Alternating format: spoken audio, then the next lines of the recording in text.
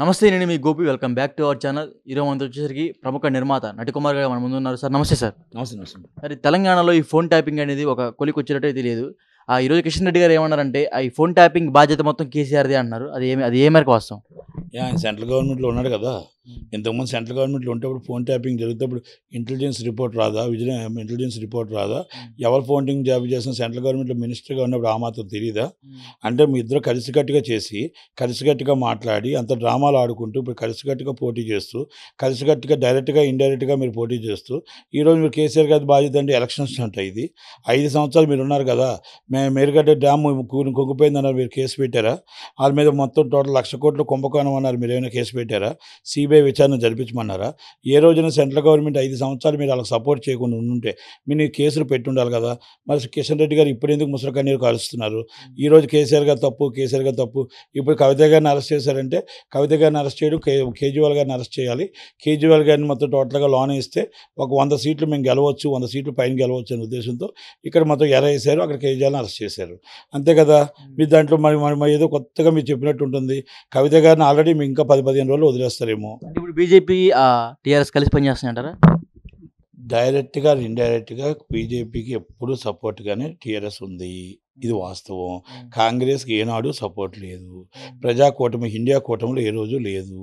కనుక అలాంటప్పుడు మొఖాలని చిత్తశుద్ధి ఉండి నిజంగా నరేంద్ర మోడీ గారు వచ్చి ఎలక్షన్ అప్పుడు చెప్పే బదులు అంత సిన్సియర్ అండ్ ఆనెస్ట్ అంటారు కదా నరేంద్ర మోడీ గారిని, చాలా గొప్ప వ్యక్తి అని చెప్తారు కదా. దేశానికే మనం ఇంకొక తలమాలకు అనుకుంటాం కదా.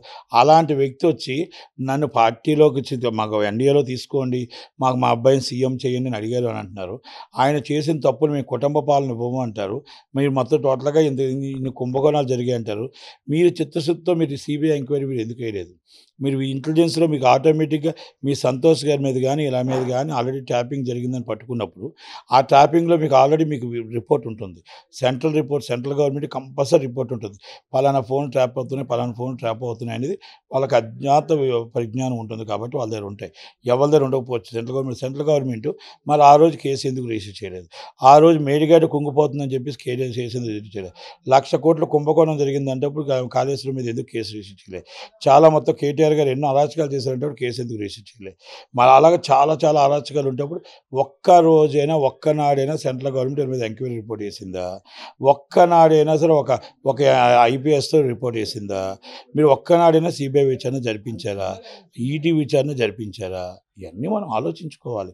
ఈరోజు కిషన్ రెడ్డి గారు వచ్చి అది అంత తప్పు కేసీఆర్ది అంటే రేవంత్ రెడ్డి గారు వచ్చి మీకు రేవంత్ రెడ్డి గారు ఆ రోజు చెప్పారు, ప్రభాకర్ గారు నా ఫోన్ ట్యాప్ చేశారు, మా నాయకులు ఫోన్ ట్యాప్ చేశారు, మమ్మల్ని రోడ్డు మీదకి లాగుతున్నారు, మొత్తం అన్నీ కూడా మీరు తెలుసుకుంటున్నారు సీక్రెట్గా, ఇది ఎల్లకాలం ఉండదు, మేము వచ్చిన వెంటనే మీకోసం మొత్తం పసిగడతాం. ఆ రోజు నుంచి ఆయన పకడ్బందీగా ప్లాన్ చేసి ఆయన ఎవరెవరు ఎక్కడెక్కడ చేశారు, ఎక్కడెక్కడి నుంచి చేశారు, ఎవరు చేస్తున్నారు, ఎలా చేస్తున్నారు, ఎవరికి ఎలా ముడుతున్నాయి, ఎవరు ఎలా వెళ్ళాలనుకుంటున్నారు, ఈ పోలీస్ డిపార్ట్మెంట్లో ఎవరు ఎలా చేస్తున్నారు, ఎవరు ఎలా సపోర్ట్ చేస్తున్నారు, అన్నీ రేవంత్ రెడ్డి గారు తీసుకొని వచ్చిన 100 రోజులని ఫోన్ ట్యాపింగ్ పట్టారు. పడితే ఈరోజు వచ్చి మీరు ఆయన దొంగ అంటే దాంట్లో మీ భాగస్వామ్యం ఉండాలి బీజేపీకి. లేకపోతే మీరు కేసు పెట్టి ఉండాలి. కేసు పెట్టలేదు కాబట్టి మీరు కూడా భాగస్వామ్యం ఉంది. మీకు కూడా సపోర్ట్ చేశారు. మీరు కూడా 100% సపోర్ట్ చేశారు కాబట్టి బండి సంజయ్ గారు స్టేట్ ఫార్వర్డ్ ఉన్నారు కాబట్టి ఆయన చెప్పినట్టు బండి సంజయ్ గారిని తీసేశారు, మిమ్మల్ని పెట్టారు. బండి సంజయ్ గారు స్టేట్ ఫార్వర్డ్గా ఫైట్ చేస్తున్నాడు, ఆయన తీసేశారు, మిమ్మల్ని పెట్టారు. ఇవన్నీ మనం లాలోచి రాజకీయాలు అంటాం. మీరు గత 30 సంవత్సరాల నుంచి మీ బీజేపీ 3 సీట్ల కంటే ఎందుకు పెరగలేదు? 30 సంవత్సరాల నుంచి ఒక ఎంపీ సీటు కంటే ఎందుకు పెరగలేదు? అది ఆలోచించే కదా అమిత్ షా గారు, మీకే కదా అందరితో పాటు మీరు ఎందుకు పెరగట్లేదు? వాళ్ళతో అధికార పార్టీతో ఆలోచన పడుతున్నారు. అందుకే కొత్త రక్తం కావాలి, పాత రక్తం వద్దని చెప్పి అందుకే దత్తాత్రేయ గారిని గవర్నర్ చేశారు, విజయసాగర్ గారిని గవర్నర్ చేశారు. అలాగే మొత్తం పాత వాళ్ళందరినీ కొంచెం దూరం పెట్టి కొత్త వాళ్ళకి ఛాన్స్ ఇద్దామని అందరికీ తీసుకొచ్చి ఒక యువకుడైనా ఒక చిన్న కార్పొరేటర్ స్థాయి ఉన్న వ్యక్తిని తీసుకొచ్చి ఎమ్మెల్యే చేశారు. ఎమ్మెల్యేకి నిల్చున్నారు, ఆ తర్వాత ఎంపీ చేశాడు, ఎంపీ తీసి రాష్ట్ర అధ్యక్షుని చేశారు. కనుక ఇవన్నీ మన అంతరాత్మకు తెలుసుకోగలగాలి. మనం చేసినవి కరెక్ట్గా చేయలేదు. మందకృష్ణ మాదిగ గారు చెప్తారు, ఏమంటారు? మోడీ గారు చాలా గొప్ప వ్యక్తి. యెస్, గొప్ప వ్యక్తి. 90 నుంచి మీరు మరి మాదిగ ఉద్యమం దండోరా ఉద్యమం చేస్తున్నారు. మీకు ఎంఆర్‌పీఎస్ కోసం మీరు ఆల్రెడీ సుప్రీంకోర్టులో జడ్జిమెంట్లు ఉన్నాయి. సుప్రీంకోర్టులో ఫైలింగ్లు అవుతున్నాయి. ఇవన్నీ ఉన్నాయి. ఈరోజు ఎంక్వైరీ రిపోర్ట్ వేశారు. ఆ ఎంక్వైరీ రిపోర్ట్ ఈ ఎలక్షన్స్ లోపల ఆఫ్టర్ ఎలక్షన్ మీరు కంపల్సరీ నమ్ముతున్నారా? సెప్టెంబర్ లోపల మీ ఎంఆర్‌పీఎస్ మీ వర్గీకరణ అయిపోద్దని? ఇది 90 నుంచి మీకు చాలామంది చెప్తున్న వాగ్దానాలే. ఒక్కసారి ఆలోచించండి మీరు పెద్దలు. మీరు నాకు బాగా కావాల్సిన వ్యక్తి. మీ ఉద్యమం అంటే నాకు ఇష్టం బాగా. మీరంటే బాగా ఇష్టం నాకు. కనుక మీరు కిషన్ రెడ్డి గారు క్లోజ్ ఫ్రెండ్స్. మీరు క్లోజ్ ఫ్రెండు. బీజేపీకి సపోర్ట్ చేయమనడం తప్పులేదు. సపోర్ట్ చేస్తడం తప్పులేదు. అక్కడ చంద్రబాబు నాయుడు గారు సపోర్ట్ చేయడంలో తప్పులేదు. కానీ మీ ఉద్యమాన్ని మీరు సాధించుకోండి. మీ బిడ్డల కోసం మీ ఉద్యోగాలు తెచ్చుకోండి. మీ వర్గీకరణ చేయించుకోండి. మీ వర్గీకరణ అయిపోతే మిమ్మల్ని దేవుడిగా చూస్తారు. వర్గీకరణ ఉన్నంత వరకు మిమ్మల్ని మా నాయకుడిగానే చూస్తారు. మీ వర్గీకరణ మీరు తేగలిగితే దేవుడి కింద చూస్తారు. ఈరోజు తెలంగాణ తెచ్చారు. తెలంగాణ తెచ్చింది కేసీఆర్ గారు కాదు. తెలంగాణ ఇచ్చింది సోనియమ్మ, తెచ్చింది కేసీఆర్ గారు. అంటే ఇచ్చింది, ఆమె ఇవ్వాలనుకుంది జోబీలోంచి కాబట్టి ఇచ్చింది. కనుక ఎంతోమంది శిష్యుని నుంచి చేస్తున్నారు. కనుక అలాగే మనం కాంగ్రెస్ పార్టీ ఇచ్చింది, కేసీఆర్ గారు తెచ్చారు. దాంట్లో నో డౌట్. ఆయన మనం అభిమానించాల్సిందే. కనుక అది అలాగే మనం మందకృష్ణ మా దగ్గర అవ్వచ్చు. బీజేపీ అనేది వాళ్ళకి ఇద్దరికి డమ్మీలు పెట్టారు. బీజేపీ అక్కడ క్యాండిడేట్ ఉన్నారు, ఇక్కడ బీజేపీ డమ్మీ పెట్టారు. మీరు ఒక్కసారి అన్నీ చూసుకోండి. ఎంపీ సీట్లు ఎన్ని గెలుస్తారు, ఎన్ని వస్తాయో. అలాగే కాంగ్రెస్ పార్టీకి ఎన్ని వస్తాయని కాదు. కాంగ్రెస్ పార్టీ పాలన కూడా కరెక్ట్గా చెయ్యాలి. కేసీఆర్ గారు ఈరోజు ఫోన్ ట్యాపింగ్ చేయడం అనేది తప్పు. అది కేసీఆర్ గారు చేశారా, కేసీఆర్ గారు గవర్నమెంట్ చేసిందా, లేకపోతే పోలీసు వాళ్ళు చేశారా, తెలియక చేశారా, ఎవరు చేశారనేది ఆల్రెడీ ఇన్వెస్టిగేషన్ నడుస్తుంది కాబట్టి వస్తుంది. వచ్చినప్పుడు మనం ఇప్పుడు ఆల్రెడీ దీంట్లో వచ్చి వాళ్ళు చేశారు, వీళ్ళు చేశారు అనడం కూడా తప్పు, కరెక్ట్ కాదు. కానీ మీ గవర్నమెంట్ ఉన్నప్పుడు ఉన్నది, ఇప్పుడే కూడా ఉంది.